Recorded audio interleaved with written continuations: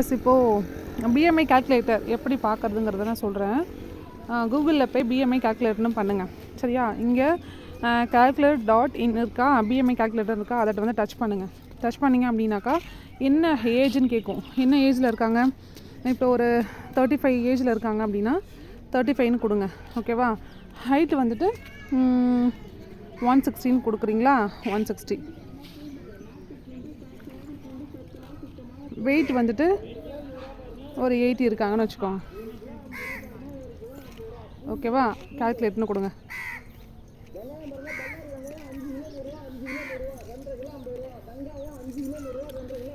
எங்கே காமிக்குது? Over weight. சரியா? ஓவர் வெயிட் அப்படின்னா இன்னும் கொஞ்சம் வெயிட் வந்துட்டு கம்மி பண்ணணும்னு அர்த்தம். சரியா?